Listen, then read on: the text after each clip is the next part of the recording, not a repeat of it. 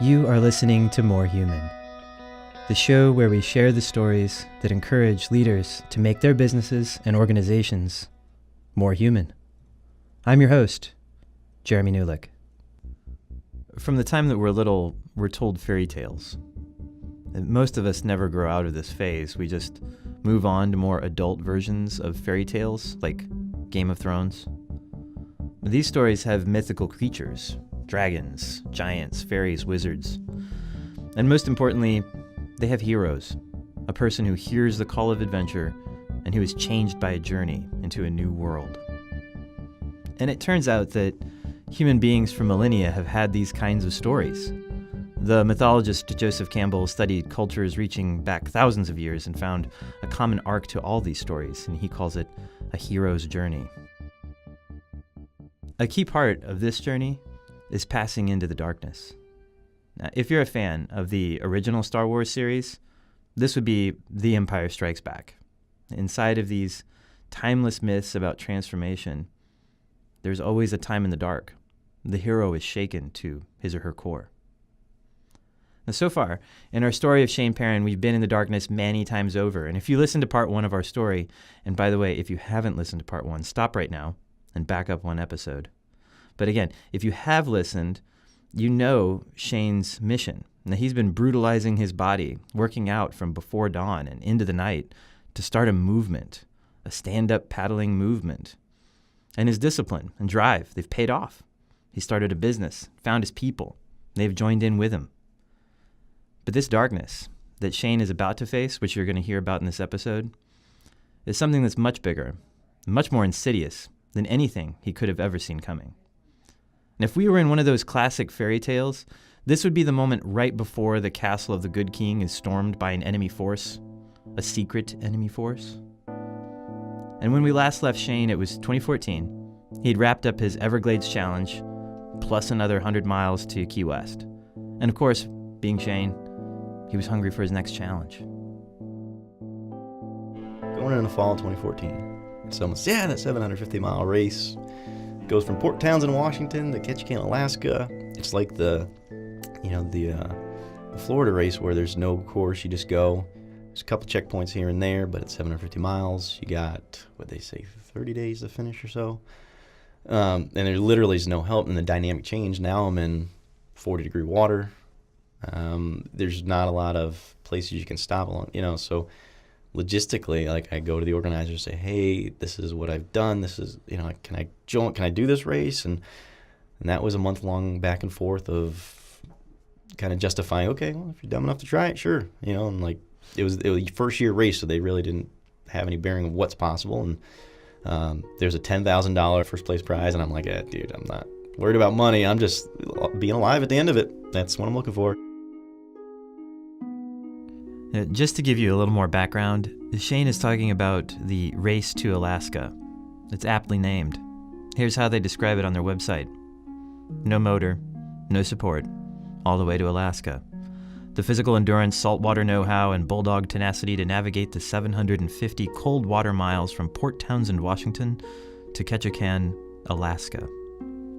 Now, if Shane could finish this race, it would really set him apart, and it would take the visibility of stand-up paddling to the next level. But what he realized is that what got him in shape to win the Everglades Challenge was not enough. So he begins to train even harder. He sacrifices time he would normally spend with others to lock himself away. Up before dawn with P90X, working as a lumberjack all day, coming home, working out again for another couple hours. And he also works hard to get sponsorships to offset the cost of the adventure. And the gear begins to arrive in the mail. Things are getting exciting. Race day is around the corner. Shane is ready. But just 3 days before he's set to leave for Washington, something happens. He heads off to work to clear a wooded area because, well, that's what lumberjacks do. Out at Principia College, we're doing this. Okay. I'm working on a hillside. It's wet. And so this is, when is this timeline? This is in May. This is end of May. So I fell the tree. Instead of felling it downhill, I fell it across, because if you go downhill, the tree falls and it slides all the way down, and then you got to cable it out later on. It's a big pain. So when I felled it, I let it, I cut my notch and I do a boring back, cut it out and let it go. I grab my stuff, I climb uphill, I'm starting to get out of the way, slip and fall, come all the way back down to where the tree is I just cut, which it isn't always bad because a tree will hit and roll a little bit downhill generally. It landed on a tree that was under brush, so essentially formed an X. And then the top of the tree went down, the base of the tree came up, but uphill as it rotated. And so when I fell, I stood up, kind of lost my bearing, and I'm facing a tree coming right at me.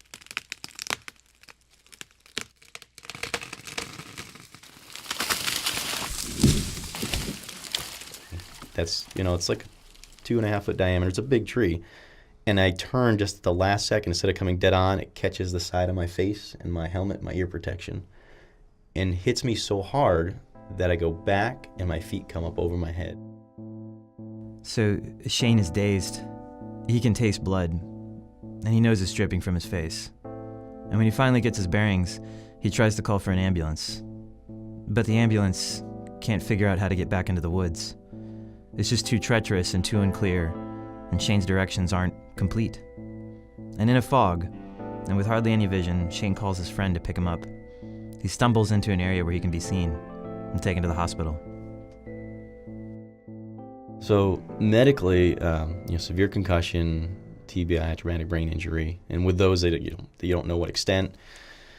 The head's just a whole different thing that you just can't quantify. Like if you get hit in the ribs, okay, you got broken ribs, you got a bruised, whatever. With the head, you don't know. So we don't know at this point. Like, am I going to be medically challenged for the rest of my life? What's happening? And I feel pretty normal, but all the adrenaline's running, everything's going. So discharged from the hospital, okay, MRI, everything looks good. Just go home, you're going to be off work. And but you didn't break anything else? No, nothing. So you just got smacked away. In the head and it knocked you off your feet? Yeah. And like feet up over my head. Right, just completely knocked you back. Just bruised my cheekbone and mangled my nose a bit, but nothing broken. The ear protection on the helmet took a lot of the hit, and then just when it came across my cheek, it was a secondary hit. And so somehow nothing was broken. And now I'm home the next morning. I wake up and I got hit. It's like getting hit by a truck. Everything's just, my body is destroyed. Like I can't move. And no pain medications at the time. Like they didn't think, hey, you may need this. And so I'm like, okay, I got to see some doctors at this point. So now like the head injury is severe headaches. I can't do anything. I can't scratch my butt without getting a headache. I'm living on Tylenol. I'm laying around the house. Quality of life just diminishes. And I'm thinking I'm still going to make my flight and do this race in this 3 days of like, okay, I'm going to be able to make it. Like, okay, I'll get some pain meds or something. And for some reason, rationalizing, tougher than this, I'm taking some hits in life. I can make it through and see the doctor. And he's like, basically I see my sports medicine doctor and he's like, you can do the race. I'm okay with that. 100% you will die. Like you're not going to be thinking right. You're going to fall in the water. You're going to get hypothermic. Your brain's going to swell. It's all these things that can happen. Like you can do it. You're welcome to, but death is certain. I'm like, okay. Medical professional, I think I'm going to listen to this guy, and I concede to all the stuff I've been working for is not going to happen. Not going to the race. What happened? To you at that point, what did you think? What's the level of disappointment, I guess? It's rough because now I'm packaging sponsor stuff up. Like $1,000 dry suit and mailing it back to them. All the stuff that I was sponsored with. And every time I do that, I'm like, oh, geez. It's like getting stabbed with a knife right in the gut every time. And I'm like, here I'm in physical pain. Now emotionally I'm getting my butt kicked because I'm like, everything's being torn away. I'm just losing everything I was working 6 months for. Now, I'm just, in a sense, broken where I'm like, I don't have a path. I don't have a job because I'm on work comp, which turned to an interesting thing about 8 weeks in. My employer fires me while I'm on work comp. And so now it's like even a darker road for me. I mean, Shane could deal with the head injury. I mean, he thought he was still going to race. But the pain of not racing, the defeat. I mean, just think about the life rituals Shane had established for himself. The long days and nights in the basement, all of his aspiration. Here was the guy who was using his body to change the perception of a sport. And now that's not going to happen. He's injured. He's unemployed. It's crushing. That time in recovery is the worst thing I could have done was just sit there, because I'm sitting on the couch in pain, headaches, nothing's great. You know, I see the kids at night when they come home, and then the kids go to sleep, my wife goes to sleep, and I decide to have some drinks. Sitting there watching TV. All right. So then the next thing I know, this turns into 2 months of waiting until my wife goes to sleep, going in the basement and drinking it up. Mm-hmm. And that's the only thing I look forward to. Like, I'm not working, not actively finding a job, telling my wife, yeah, I'm trying to find something. Somehow thinking I'm going to find an outdoor job when I'm like beat up. And so it becomes this cycle of depression, only fueled by a highlight of alcohol. Medicating with the alcohol, and then self-medicating, and then the medication leads to further depression. Yeah, the depression. So it's just this vicious cycle I'm in, and looking forward to all day. Oh, I can't wait to drink. I'm watching Netflix. And so for 2 months straight, I'm drinking 5 to 7 days a week in my basement. So that darkness I mentioned at the top of the show, this is that darkness. It's not paddling through freezing water at night. It's not having your most prized possessions stolen. It's not even a brutalizing head injury. Shane's darkness centers in his own mind, and now it's taking over. I'm on this path that's going bad, and I can't stop it. I don't know what to do. There's no good. And so it came to the day after Christmas. We're at my mother-in-law's, and I'm sitting there. Everyone's asleep, and I drink a half a bottle of gin, watching Trailer Park Boys. And I don't say that to be funny, but it all came back to Trailer Park Boys. Irony. Yeah. Because their quality of life seemed pretty. I'm like, yeah, I could do that, man. I could do that. And then, I made a decision. Like, I couldn't find my keys to the van, my wife's van. So I grabbed my mother-in-law's, and I'm driving out to a bar, loaded just beyond belief. And the bar is literally like a 5-minute walk. And I'm going through the subdivision, and my wife texts me. Please come home. I don't care what state you're, just come home. And I'm like, she has no idea what I'm going through. And literally she doesn't at this point. And I just like, you don't know. So I'm like, fine. I come home and I'm pissed and I'm drunk and I'm like this, oh my God. And I'll kill my wife. And I'm like, I'm sleeping on the couch. Screw this. And then the next day she's like, we really got to start talking about some stuff. And I'm thinking like, I know I'm drinking, it's bad. And over the next week, like it's literally, she's like, you don't realize where it is. Like, here's this line in the sand of your family and alcohol. So this is the point. You make a choice, because we're staying here and living at my mom's. You can go home to the house, figure it out. And even in that time, I went home, I'm like, I'm so messed up internally that drinking is the solution. And for some stupid reason, I decided to drink again. I can't stop this cycle. I don't know what's going on, even with this happening. So I spent a few days kind of trying to figure it out. And so we start talking again. I said, look, I'm getting help.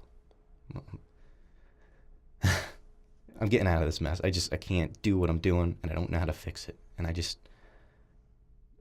tell me what I got to do. And she's like, I can't give you a solution. This is your path. You got to figure out, you're making this decision of us or alcohol. So figure it out what you want to do. And she's like, I suggest you just check into a rehab. We'll figure out finances, whatever it is. And I'm like, and our finances are crap at this point. And I'm like, look, I think a good place to start is AA. I hear it works. So it's helped people. So, and I'm, at this point I'm going in and I'm going to different meetings on my own accord, not talking.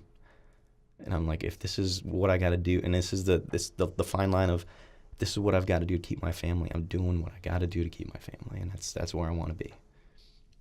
So January starts coming, or January 27th is the last day. You know the day. Yeah, January. So it's because the next day I drank. So 2 days after January 27th, or I'm sorry, December 27th.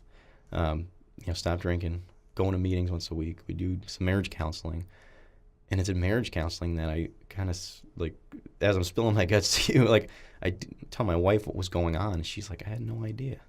And I'm like, I expected you to know this. Like, I was hurting. I was, like, emotionally distraught. And she's like, I had no idea that you were drinking that bad. And you're that mentally, screwed up. And I'm like, yeah.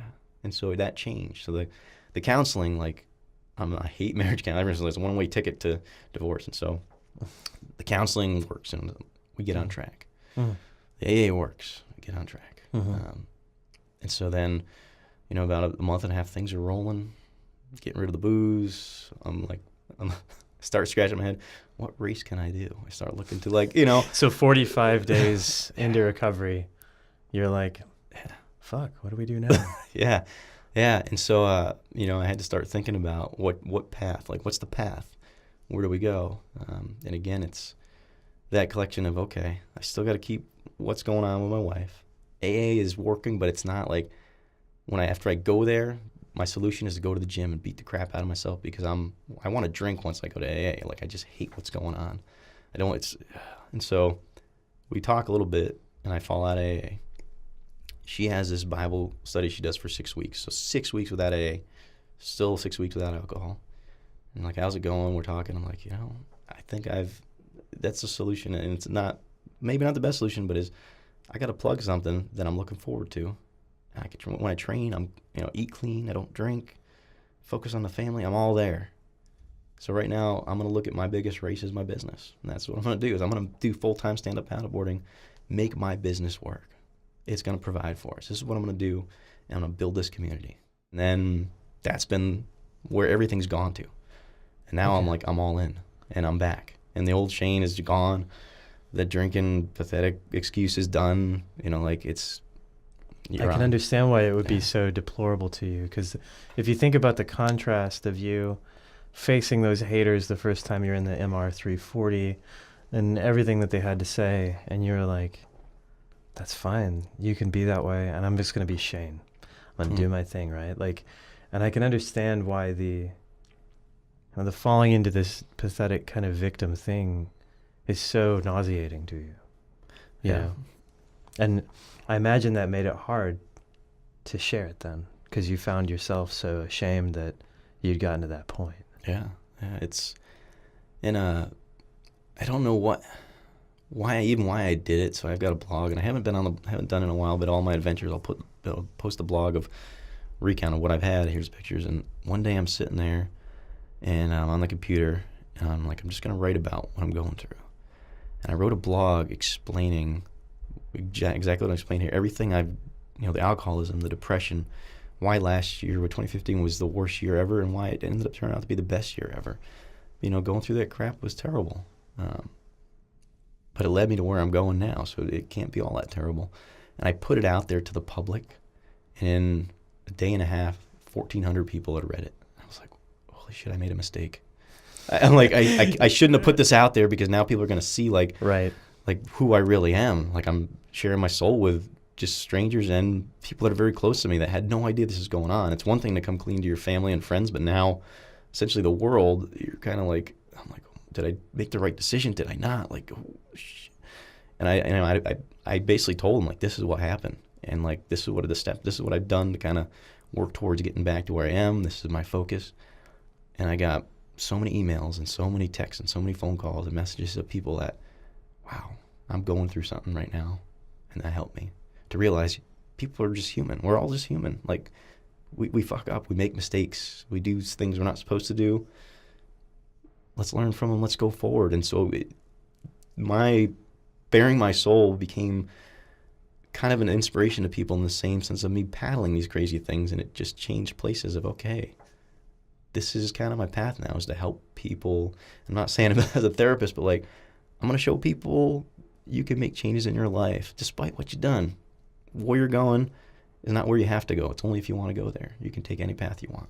And so I keep up with a lot of people that are going through stuff right now, and they're asking me, like, how do I do it? I'm like, I don't have a solution. It's just, you got to have one stepping stone. You got to make that one step.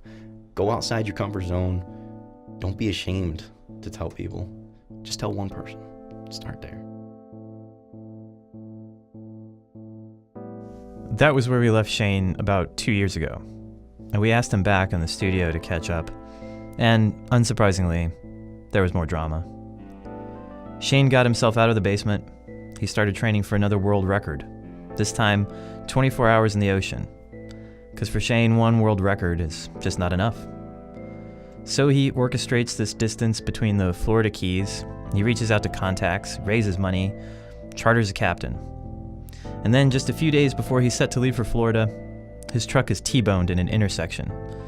He displaces discs in his back. The world record thing, it's a no-go. But unlike his last injury, Shane decides to make a vacation out of the thing. He tours the Keys on his paddleboard, spends a week just island hopping. Somewhere during that timeline, he received an email from a man in Springfield, Missouri. And this man, TJ, he is over 400 pounds. He had read Shane's post about depression and alcoholism and the trials he went through. And he sent Shane this very revealing message about his desire to get on a paddleboard. He'd never been able to. And at the time, TJ was in this bad place. He needed something to change drastically. His life, his livelihood, his business, they were all at stake. And it was a long email. Like, I didn't know him, he didn't know me. Well, he kind of knew me. He kind of researched who I was. And shot me an email just putting everything out there and saying, hey, I'm 400 pounds, just lost my mom. And he was tied in with her business selling blinds. So I lost my job. And, I'm at this standstill in life. I don't know where I'm going, what I'm doing. Like, I don't want to be the next person that dies in my family. I'm heading that way.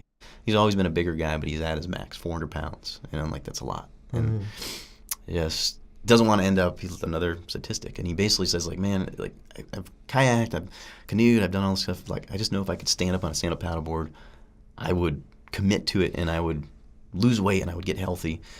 And so I kind of thought about it. I was like, what if I built you a board, custom board, oversized, because everything he was stepping on, he was swamping in literally 400 pounds, stepping on boards built for 250-pound max. So, all right, talk about that. I end up building him a board, fully custom, oversized. And I come down, I say, all right, just paddle it, we'll work out the finances. How did you know how big to build this board? Redneck engineering. It's all, it really is like, well, I looked at. Just like add 30%? You kind of look at typical boards that are 11 foot long by 32 inches wide, put about 250, 275 pound max on it. So I was like, all right, I'll build a 13 foot long board, 37 inches wide, and we'll just make it a big platform and a recessed deck to bring it a little bit lower to the water. And I kind of thought about all these things in a board that would work. And so built it all like custom, cool paint design, like literally, like trippy, crazy stuff. Brought it down. He was like, he thought he was just getting like, here's a whiteboard, go paddle it kind of thing. It's just crazy, crazy stuff. And he committed, and because I kind of had a sense he had that in him. And so committed, I worked with him on diet, kind of figured some stuff out, and paddled for a year and lost 100 pounds. No. And like he just, like I was shocked. Even his family were like, oh God, just change everything. During the 2016 MR340, TJ travels to Washington, Missouri to meet up with Shane and his racing crew. Shane could tell that there was something in TJ that just really wanted in. He was itching to get out on the water. And so Shane, he laid down a big challenge. I said, here's the deal, man. If you really want to do this and you're going to commit and you're going to train, keep pursuing your health, I'll build a board that'll house you on it, and I will get you down that route. I'll make sure, I'll tape you the board. I'll make sure you finish. And he's like, I'm in.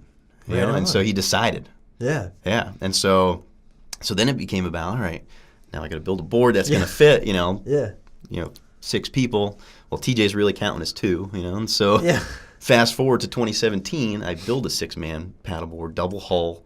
So again, nothing that really existed. It's building off the previous year model of, okay, built this. Now, how can I make it faster and better? You built that 4-person one, and so like how can I? Yeah, so the 4-person one was a big one block. Giant, big long block, right? Yeah, it was like a John boat, pretty much. Yeah, fiberglass. Yeah, and then so now we're getting into, my buddy Darren and I are building 2 hulls that are 18 feet long each, that are super pointed in the front. They come back. It's like a catamaran, basically. Okay. Super sleek, and then there's a kind of, we call it the catwalk that goes from hull to hull, and it arches up and over to allow for water to travel through, less drag, faster in the water. So, and I'm thinking about it, and so DJ's a big guy, so I can't have 6, so I the weight ratio works out where TJ at 300 pounds and me at like 160 equal the 3 other people on the right side. And, wow. and so it comes together, and the mentality was, let's go out and race this thing. Okay. Not like just finish. Not finish, no. And let's so do we all something badass.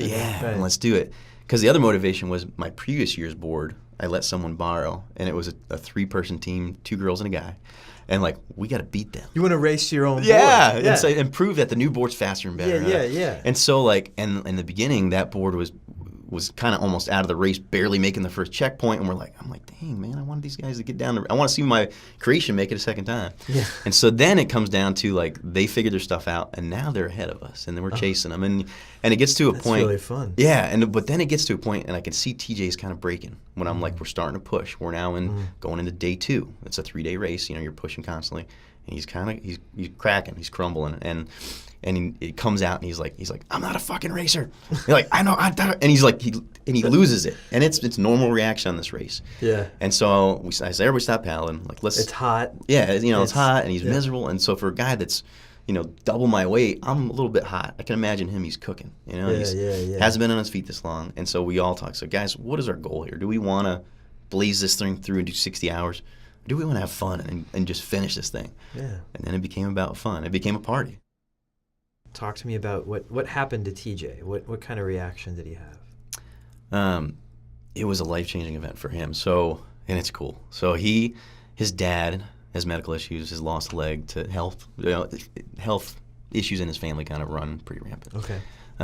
His dad medically, can't come out of the race. His dad meets him at the finish line. Oh my God, we're all crying. We're having waterworks. It's like very emotional. So like he's like, oh my God.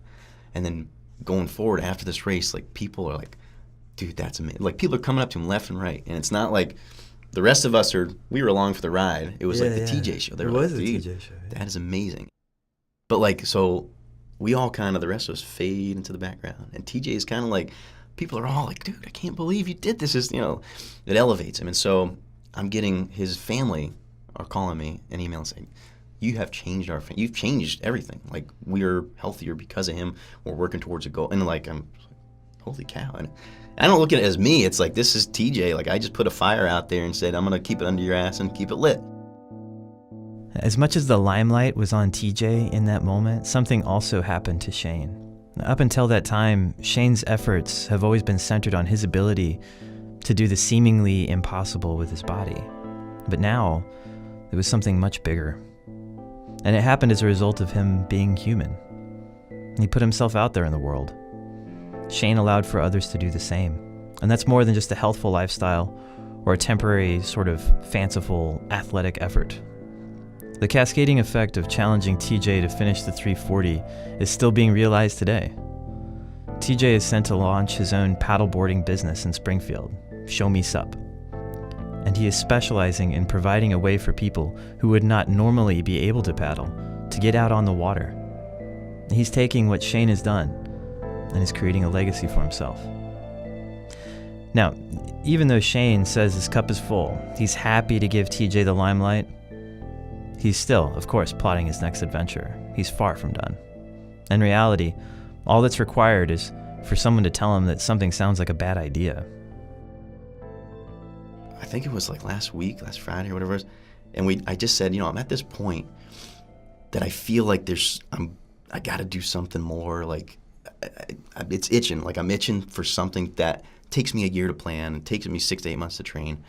And I said, I want to go down the Mississippi River faster than anyone has done on a stand-up paddleboard. I want to do it in like 30 to 40 days. So people take like months to do this. When you say the Mississippi River, you mean the whole Mississippi so River. Lake Itasca up in Minnesota, right, all the way down to New Orleans, like the entire thing. So I want to like push and hurt and make it, and of course build my own craft that I've kind of been working on a project.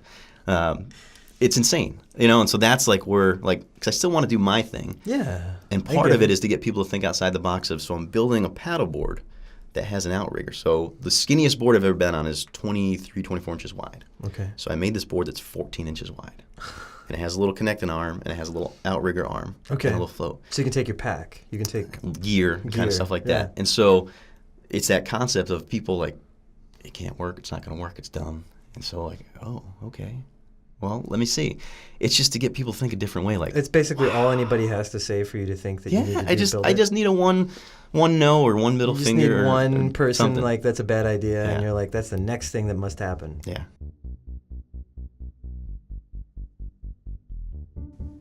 All right, so let's review. There have been kidney transplants, emergency rooms, whole hordes of naysayers, and through all of that, Shane persevered. He had a vision of a world in which more people understood the value of stand-up paddling. And he was willing to create new product innovations and brutalize himself. And then came the ultimate test, an alcohol-fueled depression that sent Shane into a lonely basement. But rather than that being his doom, this trial became the catalyst that made Shane more human and relatable. Here is a world record holder who laughs in the face of pain and darkness, and yet his biggest accomplishment as of late is creating a pathway for more people to experience the water the way he sees the water. To know the beauty of standing on a board and testing your mettle. Shane's drive, coupled with his ability to get transparent with his following, has created, if you'll pardon the pun, ripple effects in a world that stretches beyond paddling. He's transferred his desire to thumb his nose at the impossible. God only knows what's next. The point is this. Transformation is really, really hard. It's not likely you're going to do it alone or by gaming some system. And if you hope to innovate or transform something, even something as seemingly small as a project or maybe your career, Shane's story tells us that it will require all of us. It will require us to be more human. This has been More Human, a production of the Be Human Project. Editing and sound design by Khalees Walker, with art direction by Steph Sabo and Kess Arnold. It's hosted by me, Jeremy Newlick. We record and produce this thing at our studio at Big White Sky, a human business consultancy. To subscribe to More Human, search for More Human anywhere you subscribe to podcasts. And to learn more about the Be Human Project, or if you dig anything you've heard so far, check out our website at behumanproject.net and visit often. We love humans.